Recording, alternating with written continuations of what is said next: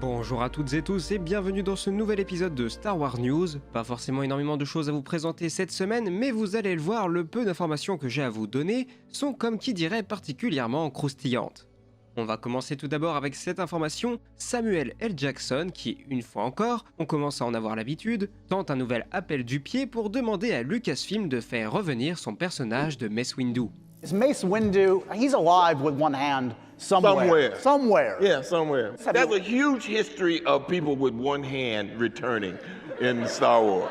Put me back in this. Put me back in the game, Coach. I'm ready. Put me in, coach, I'm ready. Et vous le savez sûrement, mais Samuel L. Jackson, c'est un acteur à caprice. C'est lui qui avait demandé à ce que son sabre laser ait une couleur unique, à savoir le violet, notamment pour qu'on le distingue plus clairement lors des scènes de bataille. Et mieux encore, c'est lui qui avait souhaité que la mort de son personnage, que l'on savait inévitable car les Jedi étaient censés disparaître pour la grande majorité à la fin de l'épisode 3, soit absolument épique et mémorable.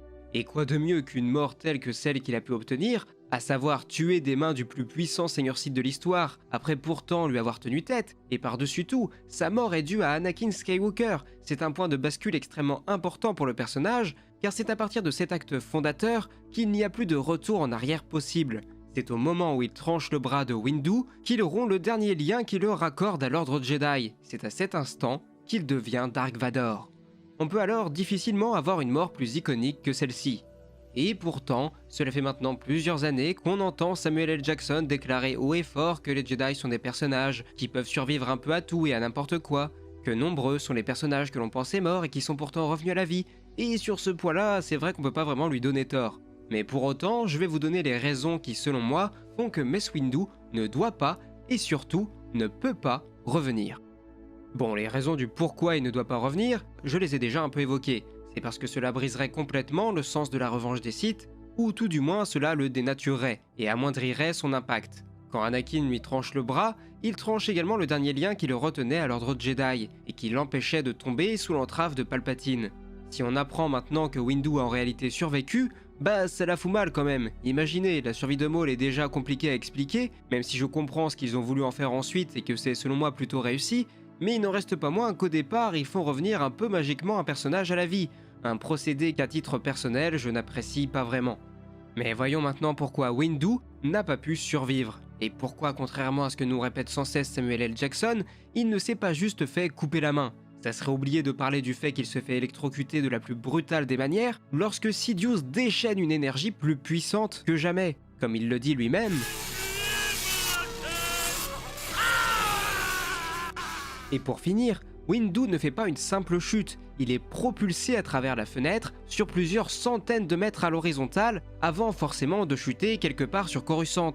Que ce soit directement au sol, probablement sur plusieurs kilomètres en contrebas, ou sur un capot de voiture s'il a un peu moins de chance. Donc forcément, le faire survivre à tout cela, ça me paraît un peu aventureux.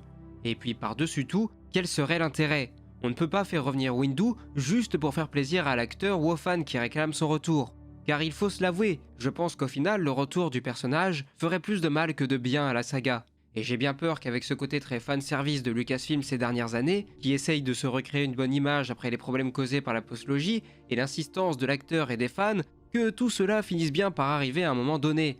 Surtout que la réalisatrice de certains épisodes de The Mandalorian ou de Boba Fett, Bryce Dallas Howard, a répondu de façon énigmatique à la requête de Samuel L. Jackson. Donc ouais, personnellement c'est quelque chose qui me fait un peu peur, mais j'aimerais bien avoir votre avis aussi. C'est pour ça que je vais laisser un sondage dans la description pour que vous puissiez voter. Est-ce que vous êtes favorable ou non à un retour du personnage? Mais je vais aussi intégrer une troisième option, quitte à le faire revenir, est-ce qu'il ne faudrait pas plutôt envisager des flashbacks? Ce qui clairement engendrerait nettement moins de problèmes, même si évidemment ça complique les choses pour un éventuel retour de Samuel L. Jackson.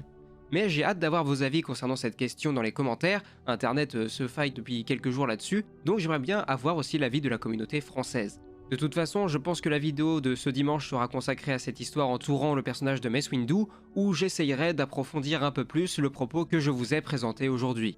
Mais bref, information suivante maintenant, et celle-ci elle fait extrêmement plaisir, car le site du Hollywood Reporter, donc un site très fiable, nous a appris que l'acteur Christopher Lloyd, le célèbre interprète entre autres du Dr Emmett Brown de la trilogie Retour vers le futur, a été casté pour jouer un guest dans la prochaine saison de The Mandalorian. Pour l'heure, on ignore quel sera son rôle, s'il n'apparaîtra que quelques minutes, ou si son rôle sera quand même assez important, on sait juste qu'il sera un guest. Mais je vais prendre l'exemple de la série Loki, qui avait comme guest l'acteur Richard E. Grant, qui avait quand même joué un rôle assez important dans 1 ou 2 épisodes. Donc à voir ce que cela va donner, mais en tant que grand fan de Retour vers le futur, je suis très heureux d'apprendre cette nouvelle, et j'ai d'ailleurs vu quelqu'un proposer le nom de Del O'Rehan pour le personnage de Christopher Lloyd, et c'est une idée que je valide à 100%. Pour rester justement dans le thème des séries, on a récemment appris que la série Andor, concernant le personnage de Rogue One, qui doit sortir cette année, aurait apparemment des chances de sortir au cours du mois d'août 2022. En dehors de ça, nous savons très peu de choses sur la série et ce qu'elle devrait raconter, même si nous avions eu droit à quelques images il y a de ça quelques mois. Pour rappel, cette série prendra évidemment place avant Rogue One, l'acteur Diego Luna reprendra bien sûr son rôle, mais d'autres acteurs du premier spin-off de la saga devraient faire leur retour, tels que Ben Mendelsohn qui joue Krennic et Forest Whitaker, l'interprète de Saw Gerrera. La série devrait commencer à sortir au mois d'août, sachant qu'elle sera composée de 12 épisodes, cela devrait donc nous occuper jusqu'au mois d'octobre. On peut d'ailleurs noter que la série plaise suffisamment aux dirigeants de Lucasfilm pour que ceux-ci pensent d'ores et déjà à une saison 2 qui pourrait dès lors entrer en production plus ou moins autour de l'automne de cette année. Autre nouvelle, celle-ci concerne le prochain jeu vidéo Star Wars, le jeu vidéo Lego, qui sort dans quelques jours maintenant, qui devrait donc nous présenter un nouveau trailer le 24 mars. Et d'ailleurs, il y a 45 minutes de gameplay qui ont été dévoilées, ou plutôt volées devrais-je dire, car c'est quelque chose qui a fuité sur les réseaux sociaux. Donc j'ai pu regarder ça en diagonale et je ne sais pas trop quoi en penser pour le moment. Je verrai bien une fois le jeu en main, mais pour le moment j'ai peur que toutes ces nouveautés, ça s'éloigne vraiment énormément des anciens jeux, desquels on est tous très nostalgiques. Donc à voir si ce tournant sera bon ou non. Aussi, nous avons eu une nouvelle assez intéressante concernant le prochain film Star Wars qui devrait être Rogue Squadron, réalisé par Patty Jenkins. Car la réalisatrice a apparemment consulté l'auteur de roman Michael A. Stackpole, c'est un nom qui ne vous dit peut-être pas grand-chose, mais il est à l'origine de la série de romans X-Wing sortie dans les années 90 aux États-Unis, qui mettait justement en scène l'escadron Rogue, et qui sont apparemment d'excellente facture, même si je n'ai pu lire que le premier qui était, il est vrai, tout à fait sympathique. On savait que Patty Jenkins allait s'appuyer sur les divers jeux vidéo, mais savoir qu'elle a également consulté depuis le début du développement cet auteur, c'est plutôt une excellente nouvelle. Pour le moment, nous n'en savons guère plus, un film Star Wars est toujours prévu pour sortir en décembre 2023, et il y a de fortes chances que ce soit Rogue Squadron. Mais je pense que nous en saurons plus dans les prochains mois, et notamment à la Star Wars Celebration, qui aura lieu durant le mois de mai de cette année. Et enfin, dernière petite info avant de passer à la rubrique communauté, nous avons le concept artiste John McCoy, qui a notamment travaillé sur Star Wars 9, qui nous a permis de découvrir tout un tas de concept art concernant l'épisode 9, avec des éléments que l'on peut reconnaître, comme l'ouverture du film avec Kylo Ren sur Mustafar, même s'il était pendant un temps envisagé de le faire voyager sur Coruscant, qui serait devenue une planète abandonnée, comme on peut le voir sur certaines de ces images. Mais on a aussi tout un tas d'images de vaisseaux du premier ordre ou du dernier ordre, mais aussi des prototypes de stations spatiales, dont certains que j'aime beaucoup. On a aussi pas mal de dessins d'environnement, et ça fait sans aucun doute partie de mes préférés. Mais on a aussi évidemment pas mal de concept art qui mettent en scène Rey et Kylo Ren, notamment un duel dans une sorte de salle du trône, quelque chose qui n'a visiblement pas été conservé. Quoi qu'il en soit, je vous invite vraiment à jeter un coup d'œil à tous ces dessins, car c'est franchement sympa à découvrir, je vous laisserai bien sûr le lien dans la description si cela vous intéresse. Et enfin, nous pouvons passer à la rubrique communauté, et j'ai aujourd'hui 3 comptes à vous présenter, 2 sur Instagram et 1 sur TikTok.